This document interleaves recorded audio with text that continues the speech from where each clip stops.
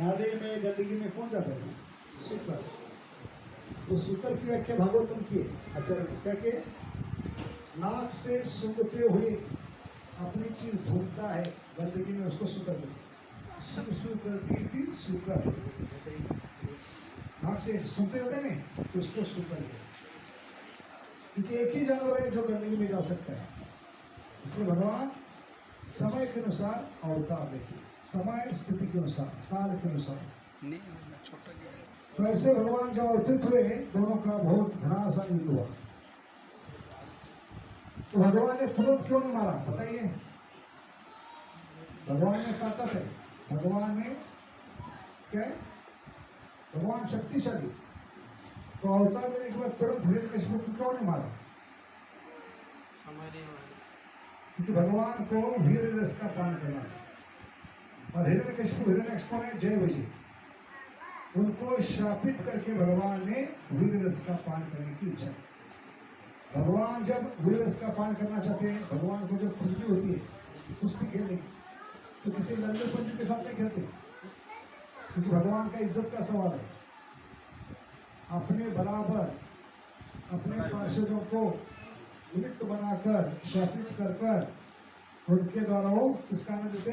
वीर रस का पान। तो वीर रस का पान का मतलब है भगवान तुरंत नहीं मार सकते, क्योंकि उनको आनंद देना है। जैसे बिल्ली चूहे को पकड़ते तुरंत मारती है क्या? क्यों नहीं मारती? उसके साथ खिलवाड़ करना है, खेलना है उसके साथ, आधा घंटा 2 घंटा 4 घंटा। उसको छोड़ती है, चूहा भागता है, कहता है कि मुझे पकड़ नहीं सकता। ऐसे भगवान जब वीर रस का पान करना चाहते हैं तो क्या करते हैं? जैसे बिल्ली किसी के साथ खिलवाड़ करते हैं, चूहे के साथ भगवान ऐसे वीर रस का पान।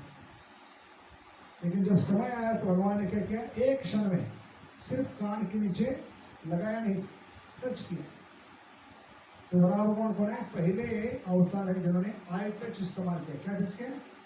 आई टच, लेटेस्ट गैजेट, और उसको मारा है।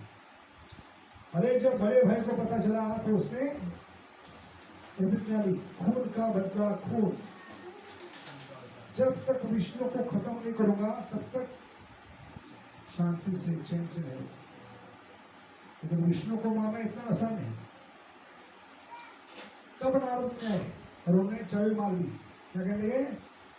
ब्रह्मा की तपस्या करोगे तो शायद ब्रह्मा जी तुझे वरदान दे सकते, अमरत्व का।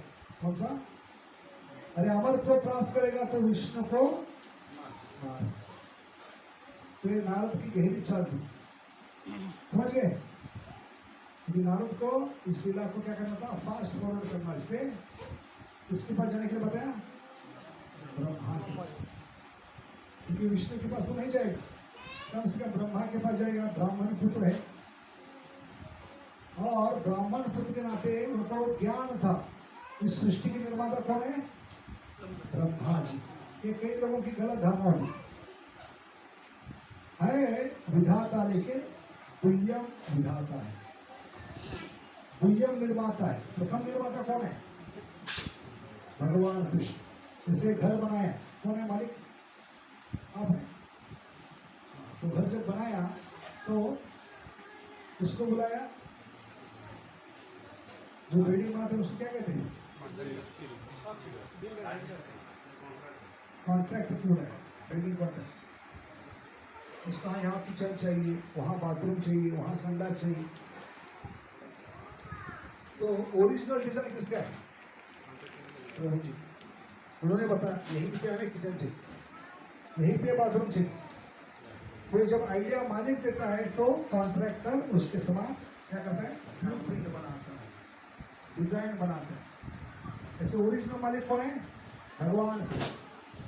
उन्होंने ब्रह्मा के हृदय में ज्ञान दिया, तेने ब्रह्म हृदय आदि कवे। तब जाकर दुय्यम निर्माता कौन बने हैं? ब्रह्मा जी। समझ गए?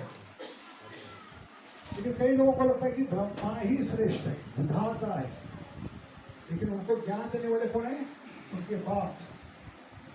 उनके नाभि से ब्रह्मा की उत्पत्ति होती है। समझ गए? ये ज्ञान नहीं होता है कई स्मार्ट ब्राह्मणों को। ऐसे ब्राह्मण थे कौन? हिरण्यकशिपु। तुमको क्या लगा? इस सृष्टि में भगवान किसके माध्यम से आते हैं? ब्रह्मा के, क्योंकि विधाता कौन है? निर्माता कौन है? तो एक गलत धारणा होती है, इसलिए उनको लगा कि भगवान कृष्ण से ज्यादा शक्तिशाली कौन है? इस सृष्टि को निर्माण करने वाले ब्रह्मा। उनके पास जाकर उनकी तपस्या करूंगा, उनको प्रसन्न करूंगा, क्या होगा? शायद मैं विष्णु को खत्म कर सकता। इस भावना से वो कहाँ गए? मंदार पर्वत पे गए और ऐसी कठोर तपस्या किए, आज तक किसी ने न की हो। क्या तपस्या किए बताइए जरा, इस प्रकार की तपस्या 60,000 वर्षों तक एक अंगुली में खड़े होते। हाँ, 60,000 साल तक। सोचिए कि आयु 1 लाख था उस जमाने। अभी हम प्रवचन के बाद कीर्तन में खड़े रहेंगे, कितने पैरों पे? 2 पैर, 2 टांगों पे, 2 अंगूठे पे। लेकिन हिरण्यकशिपु का रिकॉर्ड क्या है? 1 पैर पर, और इस पैर के अंगूठे के ऊपर। ये रामदेव बाबू भी नहीं कर सकते, समझ गए? 60,000 साल तक अंगूठे के ऊपर खड़े रहना है किसकी ताकत? है कोई माई का लाल? अपने 1 पैर के अंगूठे पे 60,000 साल तपस्या, और इतनी कठोर तपस्या, धीरे धीरे उसके शरीर को चींटियों ने घेर लिया। चींटियों का घर बना। चींटियों को कुछ खाने के लिए चाहिए मांस, तो किसका मांस खाने लगे? हिरण्यकशिपु का। थोड़े दिन में शरीर का मांस गायब हो गया, अभी क्या बचा? हड्डी। लेकिन इतनी कठोर तपस्या, घनघोर तपस्या, जोर जोर से ओ ब्रह्मा जी का मंत्र, ओम ब्रह्माय नमः, ओम ब्रह्माय नमः, ओम ब्रह्माय नमः, तीनों लोगों में आवाज गूंज रही है। चींटियों ने घर बनाया है, पूरा मांस खा लिया है, हड्डी बची है, और दोनों हाथ ऊपर है, अंगूठे पे खड़े हैं और दोनों हाथ ऊपर। अब कितना देर तक हाथ ऊपर कर सकते हैं? हाथों में दर्द होता है, पैरों में दर्द होता है, अंगूठे के पकड़े दोनों हैं, 1 पैर के अंगूठे पर, दोनों हाथ ऊपर। हम कीर्तन में दोनों हाथ कब तक ऊपर करते हैं? जब तक महामंत्र चलता है। उसके पहले कई लोग हाथ नीचे करते हैं, समझ गए? तो इतनी कठोर तपस्या किसने की है? हिरण्यकशिपु। और हड्डी बच गई, हड्डियों में ये सारी तपस्या की ऊर्जा अग्नि के रूप में ऊपर आ गई। अग्नि कहाँ जाती है? ऊपर जाती है, नीचे जाती है? और हाथ ऊपर है, इसलिए हाथों के माध्यम से हड्डियों से ऊपर बहते हुए स्वर्गलोक में ऊपर जाने। स्वर्गलोक के देवता क्या होने लगे? जलने लगे, क्योंकि उस समय फायर ब्रिगेड नहीं था। तो अग्नि बुझाने के लिए किसको बुलाया?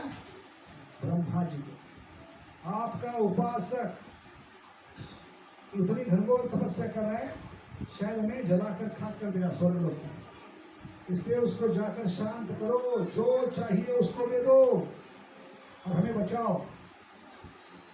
तो ब्रह्मा जी भी खुश हुए, पहला बंदा देखा मुझे, पहला उपासक, इतनी घनघोर तपस्या। आज तक ये रिकॉर्ड किसने तोड़ा नहीं, ना कोई तोड़ेगा। हिरण्यकशिपु 60,000 साल 1 पैर के अंगूठे पर, दोनों हाथ ऊपर करके, मांस चींटियों ने खाया है, हड्डी बची है, हड्डियों से क्या निकल रहे हैं? आग निकल रही है, सारे स्वर्गलोक को जला रही है। तो ब्रह्मा जी खुश हो गए, इतना बड़ा तपस्वी मैंने देखा नहीं, इसलिए खुश होकर अपने स्वान को क्या कहते हैं? हंस पे सवार होकर ब्रह्मलोक से नीचे हुए। मंदार पर्वत पे आए तो उनको पता नहीं था कहाँ तपस्या कैसे ढूंढ के निकाला है। जहां से जोर जोर से आवाज आ रही है, ओम ब्रह्माय नमः, ओम ब्रह्माय नमः। और जिस जगह से सारे ऊपर लोगों में धुआं निकल रहा है, प्रकाश निकल रहा है, अग्नि निकल रही है, ये देखकर समझ गए कि जो चींटियों का घर है इसके अंदर कौन है? हिरण्यकशिपु। इसलिए अपने कमंडल से पानी निकाला, इस पर छिड़ दिया, हिरण्यकशिपु तो जो सारा शरीर का जो मांस था पिघल गया था, खा लिया था, वो पानी छिड़कने से दिव्य क्या था वो? पानी था। क्योंकि भगवान के चरण धोए थे कभी वामन अवतार में, वो पानी लेकर तो उसको इतना सुंदर शरीर मिला, तेज पुंज दिव्य। तो ब्रह्मा ने पूछा कि मैं बहुत प्रसन्न हूं, जो मांगना है मांगना। तो कहने लगा मुझे अमरत्व चाहिए। क्या मांगा? तो ब्रह्मा जी ने अपने सिर पर हाथ लगाया, कहने उल्लू के पट्टे मूर्खों के सरदार, मैं ही अमर नहीं हूं, जो मेरी चीज पास नहीं है वो उसको कैसे दे सकते?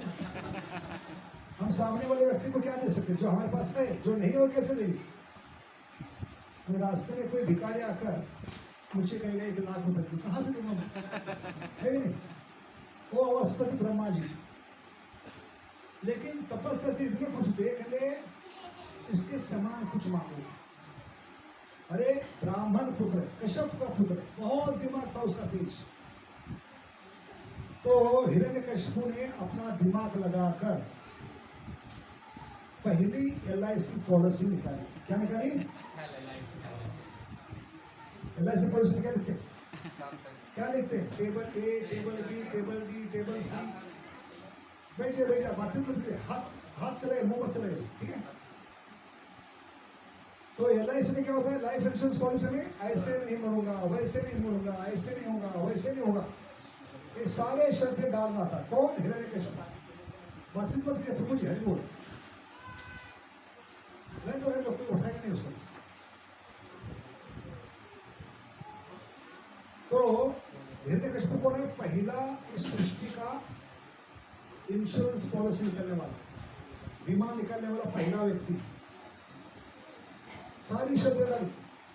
जब शर्तें डाले तो भगवान इसके हृदय में विराजमान है, हर जीव के। तो हिरण्यकशिपु के हृदय में भगवान परमात्मा के में वो हंस रहे थे। क्यों हंस रहे थे? कि बेटा हिरण्यकशिपु ने क्या क्या शर्तें डाला, जमीन पे नहीं मरूंगा, आकाश में नहीं मरूंगा, दिन में नहीं मरूंगा, रात को नहीं मरूंगा, घर में नहीं मरूंगा, घर के बाहर नहीं मरूंगा, किसी जानवर से नहीं, किसी पशु से नहीं, शस्त्र से नहीं, अस्त्र से नहीं, और क्या था? जल में नहीं, स्तर में नहीं, और सबसे बड़ी चीज उसने मांगी है, किसी मास में नहीं, किसी महीने में नहीं। तो इसमें 2 अचरज की चीज मांगी उसने। जानवर से नहीं मरूंगा। अभी जानवर से क्या भय था उसको? इतना बड़ा दानव था, दानव का राजा था, लेकिन क्यों वो कह रहे कि जानवर से मुझे मृत्यु है? क्योंकि कुछ ही दिन पहले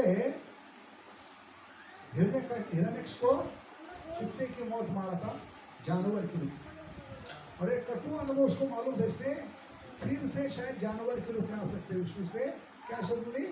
किसी जानवर से नहीं मरूंगा और किसी मास में नहीं मरूंगा। कितने मास हो गए महीने साल में? तो देखिए इतना बुद्धिमान, किसी मास में, किसी महीने में नहीं मरूंगा। तो कैसे मरा है? अरे कृष्णा बातचीत को बोल। तो अधिक मास में मरा है, क्योंकि 4 साल में एक बार क्या किए? सुनिए, उसका पूरा मांस निकालते थे। भगवान ने कौन सा है? जो अधिक यानी बड़ा हुआ मांस निकाल दिया पूरा। तो इस प्रकार भगवान सोच रहे थे ये नादान बच्चा क्या क्या मांगे।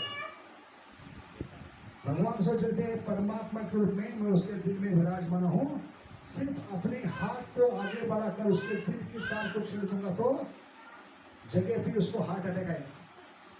लेकिन भगवान उसको किसके समान मारना थे? इससे बिल्ली किसको मारती है? वीरस का पान। इसलिए भगवान ने तुरंत नहीं मारा उसको। भगवान कहने लगे जितनी शर्तें डालना है डालते जाओ, लेकिन समय आने पर ये तुम्हारी LIC पॉलिसी ऐसे फाड़ दूंगा, आने वाली पीढ़ियां सोचेगी LIC निकालना के लिए। समझ गए? तो किसने निकाली पहली LIC पॉलिसी? और कौन था एजेंट? ब्रह्मा जी। इसलिए भगवान को बिना बताए LIC निकाली। ये देवताओं में और भगवान में फर्क है। देवताओं को कोई भी वरदान देने से पहले बिग बॉस को पूछना पड़ता है। बिग बॉस कौन है? क्योंकि देवता भगवान से आते हैं। हम आदि नहीं देवाना, देवताओं के प्रति श्रद्धा भगवान ने दी है। देवता जो आपको दे रहे वो उधार का सिंदूर है। क्या है? हाँ, भगवान से उधार लेके देते हो, समझ गए? अपने बाप से कोई है, अपने घर से कोई लाते नहीं, सब कुछ बाप से लेकर देते हैं। हमें लगता है देवता दे रहे, लेकिन देवता वास्तव में नहीं दे सकते, क्योंकि वो परम ईश्वर नहीं। क्या है? ईश्वर है। जो दे रहे भौतिक चीज दे रहे, नाश्वर चीज दे रहे, और थोड़ी चीज देकर कई प्रियों को बांध के रखते। बहुत चालू होते देवता भाई। क्या देंगे? एक प्रिय को थोड़ा सोना देंगे, 1 ग्राम, 1 किलो, 2 किलो, और 100 प्रियों को बांध के रखेंगे। इतने चालू होते, समझ गए? और हम लोग कैसे थे? हमारे 10 प्रियों के पहले भगवान देवताओं ने कृपा की। इनको कैसे छोड़ सकते हैं? तो इतना बड़ा लालच देते देवता, बांध के रखते हैं भौतिक चीज की, जगत की चीज देकर आने वाले कई प्रियों। इसलिए देवताओं को छोड़ना बहुत मुश्किल है। लेकिन ये देवता कहाँ से लेंगे? भगवान से लेंगे। इसलिए भगवान को पूछना पड़ता है। जैसे महादेव ने, भोलेनाथ ने, आशुतोष ने किसको वरदान दिया था? भस्मासुर। क्या वरदान था? जिसके सिर पे हाथ रखूंगा वो भस्म हो जाएगा। क्यों मांगा था भस्मासुर? क्योंकि पूजा करते, उपासना करते, उनमें काम वासना हो। गीता में श्लोक है, कौन सा श्लोक है? उसका ज्वलंत उदाहरण है भस्मासुर। कामस्ते ज्ञान प्रपद्यन्ते अन्य देवता। जो भी काम वासना से पीड़ित है वो देवताओं की उपासना करेंगे, पूजा करेंगे, क्योंकि उनको क्या करना है? अपनी काम वासना को पूरी करना। इसलिए ऐसे लोग चतुर्पुरुषार्थ का पालन करेंगे, पंचम पुरुषार्थ नहीं। पंचम पुरुषार्थ क्या है? भगवान की निस्वार्थ भक्ति, अहेतु की अप्रतिहता, समझ गए? लेकिन जो चतुर्पुरुषार्थ करते हैं, जैसे असुर, जीव, देवता लोग, हरे कृष्ण बचपन बोल, तो धर्म का पालन करेंगे, अगली चीज प्राप्त करेंगे। अर्थ का मतलब क्या है? रोकड़ा मिलना चाहिए, पैसा मिलना चाहिए। 20 रुपए का नारियल फोड़ेंगे, 2 लाख की लॉटरी मिलेगी, तो जुआ कर ले, समझ गए? धर्म क्या कभी तक पालन करेंगे? जब तक लॉटरी लग रही है। जिस दिन लॉटरी लगना बंद हो गए, तू नहीं सही और कोई सही। सोमवार के बाद मंगलवार, मंगलवार के बाद बुधवार, ए माता ओ माता, गुरुवार साईं बाबा, शुक्रवार ए माता, शनिवार हनुमान जी। और हनुमान जी के पास जाकर क्या मांगते हैं आजकल के मूर्ख नौजवान? हनुमान जी तुम एक ब्रह्मचारी, दे दो मुझे नारी। इतनी मूर्खता है कलयुग में, क्या मांगना है ये भी अक्कल नहीं करनी है, समझ गए? ऐसे देवता लोग क्या कर रहे हैं? बिजनेस कर रहे हैं। क्या कर रहे हैं? पैसा फेंको, तमाशे देखो। उपासना करेंगे, तपस्या करेंगे, पूजा करेंगे, उनको दुकान चलाने के लिए देना ही पड़ता है। जैसे दुकानदार के पास जाएंगे, बनिया के पास 100 रुपए की नोट फेंकेंगे, तो 100 रुपए में जो भी चीज आती है उस दुकानदार को देना ही पड़ता है। नहीं देगा तो क्या होगा? बहुत जल्दी दुकान बंद करना पड़ेगा, क्योंकि जिसको माल नहीं दिया 100 रुपए देने के बाद, वो जाकर 10 लोगों को बताएगा ये बनिया, ये दुकानदार पागल हो गए, पैसे देकर भी माल नहीं दे रहा। 10 लोग 100 लोगों को बताएगा, और पूरे मोहल्ले में पता चलेगा ये पागल हो गया, इसके पास मत जाओ, दूसरी दुकान में जाओ, तो दुकान बंद हो जाएगी। इसलिए जो बनिया होता है 100 रुपए में जो चीज आती है उसको देना ही पड़ता है, क्योंकि दुकान खोल के बैठा है, शटर खोल के बैठा है, किसके लिए? बिजनेस के लिए। भगवान बिजनेस के लिए नहीं बैठे, भगवान बंदे नहीं है, समझ गए? आपकी तपस्या से, दान से भगवान क्या देते हैं? जो चाहिए नहीं देते, जो आपको आवश्यक है, जरूरी है घर लौटने के लिए, क्योंकि भगवान परम पिता है और देवता कौन है? बनिया। जैसे हमने उदाहरण बताया था, सिगरेट की टपरी होती है, छोटा दुकान, क्या कहते हैं उसको अपनी भाषा में? सिगरेट भी बेचते हैं छोटे दुकान में, उस दुकान को क्या कहते हैं? गल्ला, पान का गल्ला। पान गल्ला। पान गल्ले में कोई व्यापारी बैठा सिगरेट भी बेचने, उसके पास 5 साल का बच्चा पिताजी के पॉकेट से 100 रुपए चुरा कर आता है, कितना? 100 रुपए को, और उसके सामने फेंकता है। तो पान गल्ला वाला सोचता है एक छोटा बच्चा है, 5 साल का है, कहाँ से चुरा कर लाया है, ये सिगरेट पीकर इसका जीवन बर्बाद हो सकता है, गलत रास्ते पे जा सकता है, कोई लेना देना नहीं, क्योंकि उसको दुकान चलाना है, पैसा फेंको ऐसे भी होता है, और इसलिए उनको देना ही पड़ता है। लेकिन भगवान बिजनेस नहीं कर रहे, देवताओं को अपनी ख्याति बढ़ाने के लिए, फेमस बनने के लिए उपासक को देना ही पड़ता है, नाम बदनाम हो जाएगा, समझ गए? लेकिन भगवान को फेमस बनने की जरूरत नहीं, क्योंकि भगवान ऑलरेडी फेमस है। 6 ऐश्वर्यों में एक ऐश्वर्य क्या है? भगवान की प्रसिद्धि, भगवान ऑलरेडी फेमस है। बाकी देवताओं को फेमस बनने के लिए किसकी जरूरत पड़ती है? नेता, superstar, film star, sports star. कितने लोग हैं जो देवताओं को फेमस करते हैं कलयुग में? फिल्म स्टार, स्पोर्ट्स स्टार और नेता। ये जिस मंदिर में जाएंगे वो देवता फेमस होगा। जैसे खुले का अमिताभ बच्चन का एक्सीडेंट हो गया, और अमिताभ बच्चन को बचाने के लिए पत्नी कहाँ गई? जया माधुरी सिद्धिविनायक। इसके पहले सिद्धिविनायक किसको मालूम नहीं था, याद रखिए। तो फेमस किसने किया? अमिताभ बच्चन। साइड बाबा किसको मालूम था 20-50 पहले? मनोज कुमार ने पिक्चर निकाला तो फेमस हो। ऐसे देवताओं को फेमस करने वाले कलयुग में कौन है? Semi God. क्या कहते हैं उसको? पहले डेमी गॉड थे, अभी कलयुग में और एक जाति जन्म ली, सेमी गॉड यानी फिल्म स्टार, स्पोर्ट्स स्टार, नेता, इनको क्या कहते हैं? Semi God. सेमी गॉड पे कौन निर्भर है? Demi God. समझ गए? तो इस प्रकार देवता बंधे हुए हैं। जैसे मैंने बताया, उस दुकान में बैठा हुआ व्यक्ति 100 रुपए लेकर सिगरेट का पैकेट देगा, वो बच्चे के जीवन में के बारे में सोचे। ऐसे देवता लोग जब उपासना करोगे, उनकी